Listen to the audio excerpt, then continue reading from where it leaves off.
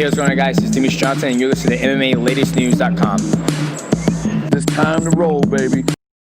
Yes, mate. How's it going? All right, mate. How are you doing? Yeah, not bad, thank you. How you doing? Yeah, I'm doing okay. Can't complain. Glad to have the fights back coming in. Oh yeah, definitely, man. It's actually a really good time for fights right now, even though during this whole lockdown, it's good the UFC still running all the events. Yeah, absolutely. So we'll get to that in a little bit. I just wanted to ask you first of all, how has this been for you? All this madness going on over the past few months in terms of training and actually life, like in general. How have you been able to cope with everything? To be honest, I think I've been a lot more fortunate as opposed to other fighters. I've got my head coach, my dad, literally lives in the same house as me. I've got a gym downstairs in my garden that we built about 2 years ago. So, at the end of the and before we'd even built that gym, it was like a flimsy sum house, and we were still training. And then we just decided to convert it later on. But in that respect, a lot of the training didn't really change, but it made me sort of focus on things that I couldn't focus on necessarily before. So, I'd still do the pad work with my dad. I'd still do the strength and conditioning. I was just able to run more. So, just improving my gas tank and my aerobic capacity and stuff like that. I was able to focus a lot more on myself as well, in terms of doing things that didn't really have time to do before. Like, when you're traveling so far for all these training sessions, there's only limited time for you to maybe take a nap and then have to go and then this and that. And so I used to it'd take me at least an hour and a half every time I'd go to travel elsewhere to train. So, I've been trying to fix up on my Lithuanian a little bit more.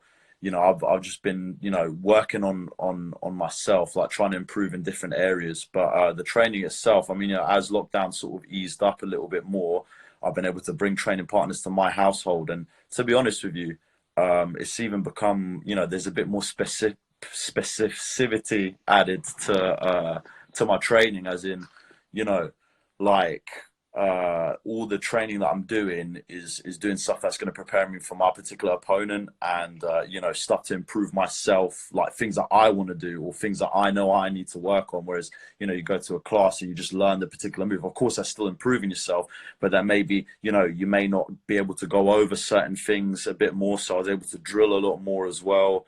And like I say, training partners come to my house, I've got even more intense workouts, so my cardio is like through the roof. I can go 5 rounds right now, and really nothing that much really has changed. So I'm actually thankful, because like I say, it's made me focus more a little bit on myself. It's given me a lot more time with my dad as well. In times when you sort of go in and rushing off to training sessions, you don't get that time to spend that good quality time. I think that's made our relationship even better, and obviously that will pay dividends when it comes to going into a fight. So yeah, everything actually from my side, from my case, is actually going really well. And yeah, it just makes me even more excited for when fight night does roll around. So it sounds like you haven't really stopped training. You weren't forced to stop training. Have you started? When did you start camp for this? To be honest, I go by the philosophy where I don't really have a camp. My manager always, he always stresses to me there could be something last minute that comes up, and you've always got to be ready. I remember back in the day when I fought a middleweight special, I'd blow up massively. Like fighting at 185, I used to blow up to like 220, and I'm talking not like good weight, like that was bad weight. You know what I mean? Like even like now, I think even the lockdowns maybe become more disciplined. It's like made me actually be more on point with my diet and stuff like that. And especially when you've got I've got the UFC call in January. From that point onwards, I'm like, I want to be even more professional with my lifestyle leading up to fights and stuff like that. But I try and stay ready, because that's the mentality I've been having for quite a long time. Like, after November, it was a question of, what's going to happen next. So it basically just meant I have to be on point and ready to go. And as a martial artist, listen, you want to try and improve yourself as much as you can. I've only got a short space of time in this career, maybe 10, 12 years or however long I choose to go. And I've got to get the most out of this career as I can. I get the most out of it. I've got to become the best I can be. And listen, there's young guys coming up that, are, extremely talented, and they're picking things up very quickly. So if I can get, even more of an edge on those guys, obviously I'm going to take that. So I've just been training all the time. Like even in Christmas, when I went to my stepmom's family and stuff like that, we were training by the beach, like, out on this like sort of secluded area and stuff like that. And we were hitting pads and doing all sorts just on the beach. So for me, there's never been a fight camp. I think obviously the intensity sort of ramps up, or there's certain specific things that I'm doing, which, comes a bit more strongly, I guess you could say 8 weeks, 10 weeks out from a fight. But because obviously, I guess you could say with a bit more of a short notice for fights, I'm always trying to make sure I'm actually good to go if they would call in like 2 or 3 weeks. So, being in that sort of mentality, I think just helps me become a better martial artist. And then obviously it helps me to do better in the fight itself. Yeah, you kind of touched on it a little bit, that the call came in January from the UFC. Has this been something that was in the pipeline for a little bit, since you were quite dominant in Cage Warriors, or did this just kind of come about at the start of the year? Well, it was always the talk with my manager that this is what could potentially happen. This is why, like I say, the mentality of staying ready was already instilled in me after I won the Cage Warriors belt, because there was massive talks of Hamlet, winning the title and going to the UFC in Copenhagen. And so that obviously then meant, okay, well, now that I've won, that means that I should be able to fill in that slot that he potentially would have went on to. So already from that win, my manager was telling me, just stay ready, you could have a fight come up last minute. And that was sort of what we were banking on, just getting something last minute. And then when things didn't turn out that way, then obviously we got the title defense. And then just really after that, it was sort of questionable where I would fight next. I mean, we had talks about going to the Contender Series. I was literally quite set on, okay, I'm gonna have to go to the Contender Series and win one more fight, because they weren't signing guys. The only time that really the UFC was signing guys was last minute. So like in terms of replacements and stuff like that. So after it got to like January, I thought, okay, well, listen, if there's no opportunity for me to fight, then okay, I'll just get ready and get prepared for Contender Series. And then like it came as a little bit of a shock, when I woke up in the morning, go for my little toilet run at like 3 in the morning, and next thing you know, you get a call from your manager saying that you've gotten into the UFC. So I think it was always the next natural progression was to go to the UFC or to go somewhere associated with it. It was just a matter of when, and I was actually very fortunate that it happened at the time that it did, because Contender Series isn't happening this year, and a lot of other events have been closed off. So I'm very glad and lucky that I got in at the time that I did, and I can't wait to make use of this amazing opportunity. And you also mentioned that about the young fighters coming up and how everybody's getting better and stuff. And I think that's a good point, especially for the division that you're coming into in the UFC, as we have been able to see with John Jones and the contenders that are coming up. Maybe their names aren't always the biggest, but they are causing him the most problems in his career pretty much recently. Would you consider yourself to be in that maybe group of young fighters that are coming up that are maybe not on everyone's radar just yet, but you have been able to watch Jones and the likes of those for so long that your skills maybe are at that level when you're coming into it? 100%. I think a lot of it now, my skill set since since we had our sparring sessions when I was 22 have gone up massively. I've become a much better fighter. I've been able to handle myself a lot better, and even just mentally, I've been able to overcome a lot of things, mentally, to go out and actually perform and actually put on my best performances. And I'm still not even, halfway there yet. Like, I've only really, like, out of the skill set that people know that I can do, I've only really shown out maybe, 60%. So now I'm just working to sort of let that out even more in fights. And I think, for the majority of it, it's come out from having a good mental sort of attitude going into the fight, being more of a killer as opposed to being the sportsman. I need to go out there and hurt someone, as opposed to, oh yeah, I'm just going to go out and beat someone. And, I've been put into very difficult fights, and it's given me a little bit of a fire, you know, everyone thinking, you know, everyone counting me out thinking I'm not going to win, and then I go out and do it. So it's just giving me even more fire to, you know, sort of prove those doubters wrong. But yeah, listen, there's a couple of fighters who I know are a little bit younger than me, you know, 23, 24. So I'm still technically classed as one of the younger fighters. But I definitely think I'm going to be able to challenge for that title and challenge all these top contenders within 1 or 2 years. You know, again, I think every fight, you know, your skill set may be the best, but it depends how you do on the day. It depends what you bring to the cage, what you bring to the table on the day of the fight. And I think every fight, I gradually build in confidence. I gradually build in the feeling of the cage. And now it's another step up from, you know, fighting on Cage Warriors. Now I'm fighting in the UFC cage. So it's going to be, you know, feeling out the cage and but I can't wait to embrace the whole situation of doing that. And I think every fight, as I grow in confidence, as I let my skill set shine even more, it's just going to make me more and more confident to beat all the top level guys. But skill set wise, I know 100% I can compete with any of the top 10 guys. Yeah, I wanted to touch on your style of fighting a little bit, especially for the fans maybe that are strictly UFC and haven't maybe heard of you before your debut. 9 of your 10 wins are finishes, and so how did that kind of come about for you? How did you adopt that style that you go in and you're just able to put most of your opponents away?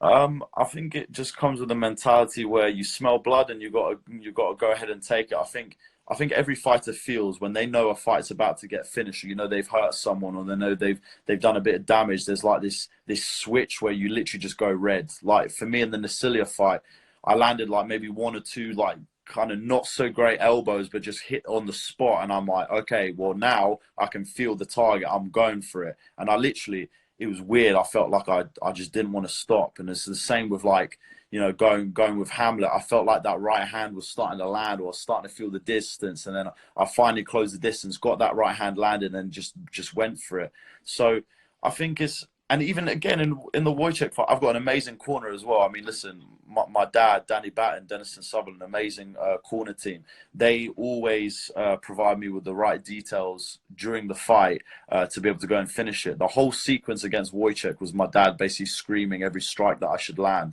You know, he was telling me to throw the knee. He told me to throw the high kick. And then he was the one who was literally spinning back kick. He was literally shouting it like madly. Like he was almost getting mad because he was like, Modestas, you've got to throw it. So, you know, I think I don't know. I guess it's the fight, being in the fight, that brings on the thought of wanting to finish. I mean, listen, I want to always create entertaining fights. I want to put on a show. I want to be flamboyant. I want to do things that make the crowd go wow. And, you know, at the end of the day, most of the time, the only way you're going to make the crowd go wow is if you go and finish the guy. So, you know, sometimes I think it's a bit of a sense of urgency that causes me to try and make the finish. I mean, listen, I was down on the scorecards against Wojciech, and in the second round, it was getting towards the end of the round. I'm like, I know I need to finish this guy. Same with Hamlet. I remember it went 3 rounds, and then just before we went out for the 4th round, my dad and, you know, was saying, listen, you got to come up with something now. It's getting towards the end of the fight. You've got to start picking it up. Obviously now the training that I've been doing has been more specific to try and do this all for 3 rounds now. So I know that I'm going to have to pick it up even more so when I go into the fight, when I go for 3 rounds, and not sort of take my time. With the other fights, it was, you know, and it will probably be similar, the game plan that I have to elicit for this fight as well. You know, I had to stop the takedown and you know, get through their barrage of their attacks and then go and put it on them. So I've been able to outlast quite a lot of my opponents as well. But I think it's as well, you know, listen, when you know you can throw spinning back kicks, you can throw spinning hook kicks, you can throw things. And like I said, when me being confident in my skill set, you'll know which shots are going to be damaging. And I think, yeah, just the mentality of wanting, like, I want to finish my opponent. I mean, listen, when you got a streak of 9 finishes, you just want to keep it going. You don't want to go to a decision. I mean, it could be don't get me wrong, there are very interesting fights that go to decision, but you know, most people talk about a fight when they're like, oh, look at this crazy finish. So I think having that mentality in the back of my head always brings out the best in me. And my dad always, whenever we'd fight, when I'd have my kickboxing fights when I was a kid, he would always sort of tell me to, like, sort of be a bit more, like, you know, ferocious, land the big shot. So yeah, I'm definitely looking to bring that into the UFC cage. You mentioned there how important your corner has been for you in certain moments, and I think we've been able to see now with no fans some of the corner work that's been going on in the UFC fights, and how some fighters it helps, some it doesn't. Would you say that you are one of the fighters that in when you go back to take a seat at the end of a round, you really take on board and try to adapt on the fly what your corner is coming up with? Yes, 100%. I mean, most of the time I manage. It's weird because like as the crowd sort of gets loud and stuff like that, you know, it's a bit harder to hear your corner, but always I can shut off everything from the crowd that's going outside there and I can listen to my corner. So now, even thinking of it in my head, when I'm in the fight, like I won't need to worry about the outside noise of the crowd, and I'll be able to hear exactly everything that they're saying. You sort of just have to, you pick up little things, like they might say one or two things that's just like a golden nugget for you to, like I remember in the Hamlet fight again, my dad goes, the right hand will land, and then the right hand landed. So, but those are the sort of little things that I pick up. And then even when, you know, even in between rounds, like, you know, they'll tell me the things I'm doing good. They'll tell me the things I need to do more of, and stuff like that. And I just try and, you know, enforce that as I go into the fight and as it keeps coming forward. Because at the end of the day, the corner are there to tell you what to do. They're trying to lead you into victory. They're like you're, you know, like you're playing, I don't know, like football manager on the computer or something, and you're managing a team of people. So they're exactly doing the same thing. They're trying to give me the guidance in order to go and put on my best abilities in the fight. So I put a lot of all my trust into my corner, because they know me the best as well. I think it helps to have a corner that are really like quite tight with you. All the guys in my corner team, I mean, obviously my dad, you know, Danny Batten, Destin Sutherland, like, you know, I love them, like, I love all of them. And, you know, they care about me as well. I think it really helps to have people that really care about you in your corner, because they're really, really from the heart looking out for you. And then again, like I say, you know, 100% they're looking out for your best interests and everything. And so you really put all your trust in them. And yeah, every single fight is done me really good. And even when they train me and stuff like that, they're always like pushing little things or little techniques like consistently on the daily basis. And then it becomes even easier to put that out into the fight when it does get into the fight. Have you ever fought with no fans? Have you thought about what it's going to be like this time around, especially for I your think debut? it'll be very similar to some sparring sessions, to be honest with you. I mean, listen, when I went before my pro debut, I went to Brazil to train at Team Nogueira, and obviously, you know, with a foreign man coming in, you know, of course, you're not exactly going to be welcomed that well, or you're going to be welcomed, but with, you know, some hard overhand rights and you know, guys trying to take your head off in sparring. So, you know, that sort of feel like where, you know, there's only a couple people, like a couple of the fighters that are watching you, and then it's just you and another guy inside a cage, and like it's got an eerie sort of quietness about it, and then you can hear all the shots landing. I imagine it's going to be exactly the same like that.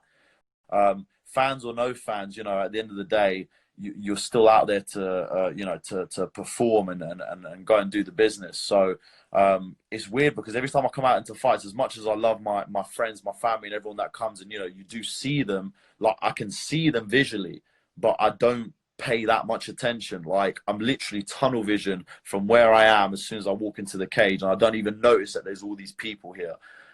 So for me, I feel like now it's just like there's almost even less of other things to worry about, and you're literally, now there is no people to sort of watch. You're just going straight to the cage and doing the job. So yeah, I mean, listen, I can't wait to see what that experience is going to be all about. And I think yeah, I'll still be able to put on some really spectacular performances. Did you ever envision when you thought about your UFC debut that it was going to be on Fight Island? Do you know what? I always had visions of fighting in America, because I actually went to school out there for 2 years, and you know, I've always had it. It's always had a special place in my heart. You know, being out there for a couple of years and stuff like that. And I've always loved America, so I've always wanted to fight there. And yeah, funny enough, actually, when the fight first got contracted, we were supposed to fight in May. And we're supposed to fight in San Diego. So obviously my dream would have come true to fight, you know, in an American debut. But at the same time, you know, when the fight got rescheduled, I mean, what could you ask for better than to go to Abu Dhabi on, you know, on an island that's secluded away from everything and stuff like that. So, you know, I couldn't, like I said, I couldn't have asked for anything better. And especially, you know, you got to give credit to Dana White, you know, for persevering and putting on events, especially when it's such a crazy time right now in the world, and he's still managing to adapt to the situation and be able to put on events. So, I mean, listen, now when it goes back, and this is another show that's like going to be put into the history books as well, because, you know, there's no other show that's been done like that with 4 successive things, and like during such a crazy, like I said, during such a crazy time. So to be down in the history books like that, like when I fought for Night of Champions, is going to be absolutely amazing. So yeah, I always really wanted to go somewhere else, like to, you know, not necessarily fight domestically. Although obviously UFC London's amazing, you get to fight in front of your own people, but at the same time, it's just obviously I like the whole experience of like going on a plane, going somewhere else, being in a different environment. I think, you know, I had that same experience when I went to Sweden to fight for Cage Warriors, and I have exactly that same sort of that love and excitement and that enthusiasm of like going somewhere else. So like, it's almost like you know, Rocky IV, he's traveling to Russia and he's going to fight, and it's like, it was almost like this, gives you goosebumps, you know what I mean? So yeah, I love it. Do you think this is the perfect time to come into, I think, yeah, the UFC, because especially for an American audience, there is nothing else on. It's the UFC. You've got the center stage on ESPN. It's like the perfect time for you as a fighter to come in and make a name for yourself. Oh, 100%. Yeah, exactly. Like you said, all eyes are on us. You know, there's no American football. There's no, you know, it's a chance for us to really branch out to the international crowds, like, you know, to really show everyone what we're all about. Now, obviously, there's going to be more focus on certain fighters than others. Obviously, there's going to be more focus on probably the more well-known fighters, you know, for like the bigger cards. But at the same time, when they, like you said, when there's no other cards on and there's no other sporting events going on, they're like almost forced to watch it. Like, oh well, I want to watch this fight. Now the good thing is I'm in a weight class where, you know, that it's known for a lot of heavy hitters, and, you know, known for a lot of athleticism as well. So, you know, being in the light heavyweight division actually helps a lot in terms of exposure as well, because obviously people like to watch big guys as well. I mean, don't get me wrong, there's amazing athletes at featherweight and welterweight, but, you know, especially in boxing, a lot of guys pay attention to the heavyweight division. So yeah, like I say, it gives us all of us UFC fighters an amazing platform to go show the world, you know, our skill set, and yeah, really make a name for ourselves. So yeah, it couldn't have happened at a better time, really.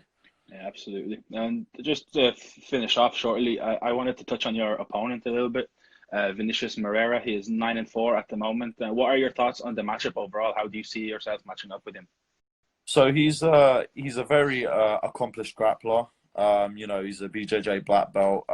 He does very well at what he's good at.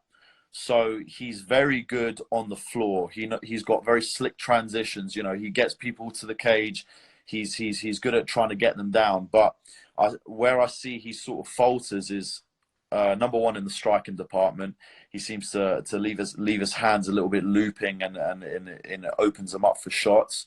Not only that, when he can't get the takedown, there's really no answer after that. I mean, listen, don't get me wrong, every fighter is going to try and improve and work on certain things, but the way I see it going is, this is a sort of fighter that I've been preparing for in my last literally my last 3 fights. A guy who wants to take me down, wants to ground and pound me, wants to try and submit me, or whatever. So for me, it's a case of, and it's a 30-foot cage. This is another thing people underestimate. I mean, listen, I know. Obviously, even if it's a smaller cage, you've got to go and do the job. It doesn't matter. But the fact that we're fighting in a 30-foot cage means I have even more space to do what I want to do, and land my strikes and get away from his takedown. So I've heard he's very strong. You know, I've heard that that he feels really strong inside the clinch and stuff like that. But that's not going to faze me. I mean, listen, I've defended takedowns against some of the best in the business. So I feel that I'm going to impose my striking power and superiority against this guy. Anytime he wants to strike with me, we'll let him strike with me, but I don't think it's going to end very well for him. And yeah, I'm just going to stop his takedowns and put it on him and go out and finish him. I believe I will go out and finish him. And one more thing on him, which was interesting, he came through into the UFC through the Contender Series route. He was 9-1, and he is since 9-4. He has 3 consecutive losses against guys who weren't necessarily the top of the division at any stage. So I just wanted to ask you, from your point of view, are you relishing that step up in competition where guys that maybe aren't recognized as some of the top are still better than you might find anywhere else? Yeah, no, 100%. I mean, listen, this guy I know, if you fight on any regional circuit, he would do very well against them. You know, he will impose his will, get them up against the cage, get him down, and stuff like I say, this is why these guys are fighting in the UFC. The reason why they're in the UFC is because they're better than all the rest of the other guys. And that they are meant for, you know, it just so happens that he wasn't able to implement his game plan in the UFC just yet. He's fought some very explosive and powerful guys, and now he's about to fight another very explosive and powerful guy. So, you know, at the end of the day, listen, you got to give him respect. Like I said, he's got a very vast skill set, but I do not believe that is better than mine. I believe that in every area I will beat him to the punch, and he won't have an answer for me. So yeah, this is now my time to go and prove my skill set and fully put my skill set on show, and yeah, put on an entertaining fight for everyone. So I think what you just said is a good segue into the last question for me for us to wrap up here is we've touched on the fact that this might be the perfect timing for you to step into the UFC at the age that you are with your record and stuff like that. What is your end goal? What do you look for, maybe short term and long term, as you are about to make your debut? I'm looking to try and get 3 fights this year. I want to stay very active. Listen, when I fight, you know, I finish a fight or whatever, I'm just itching to get back in, and you know, I'm always training, so I'm always going to be in shape. I'm always going to be ready. I mean, listen, as long as there's no injuries and stuff like that, I'm going to be ready to go. So, you know, short term for this year, I want to have 3 fights this year and put on some big wins and some big finishes to really climb my way up the ranks. I want to be fighting for the world title within 2 to 3 years. You know, I want to be fighting for that world title 28, 29, and I want to pick off all the guys one by one that are leading me all the way to the top. I look past no one. I've got one opponent ahead of me right now, and that is Vinicius Moreira, and I'm training the hardest that I can possibly do, because I'm seeing him right now as the best fighter out there. So I'm preparing as if he is that, and I'm going to go and put on the best performance, because it will bring the best out of me. And then, yeah, just any opponent that they have for me, I want to slowly work my way up the ranks. We've got some very good talent in the light heavyweight division. People often overlook the light heavyweight division, but, you know, you've got guys like Magomed Ankalaev, you've got Ian Kutalaba, you know, you've got guys that are like, you know, sort of coming up and, you know, doing, you know, Alexander Rakic, Volkan Ozdemir. You've got some tough competitors. It's a great division. Exactly. And, you know, like I say, people often just overlook it. So it is my job to want to go and overcome those athletes, go and beat them and work my way to the top. So that's it. With every fight, I'm going to grow in confidence. With every fight, I'm going to become even better than I was before. And yeah, with every fight, I'm going to put on even more spectacular performances. And yeah, that's it. The UFC belt is the goal. And I know it's within my reach within 2 or 3 years. Sounds good, man. Thank you. I appreciate you for taking the time. And I think a lot of people that, if they watch this, should get excited about your debut, because you are an exciting fighter and should be a name to look out for. So I appreciate you coming on, and look forward to seeing you in action out there.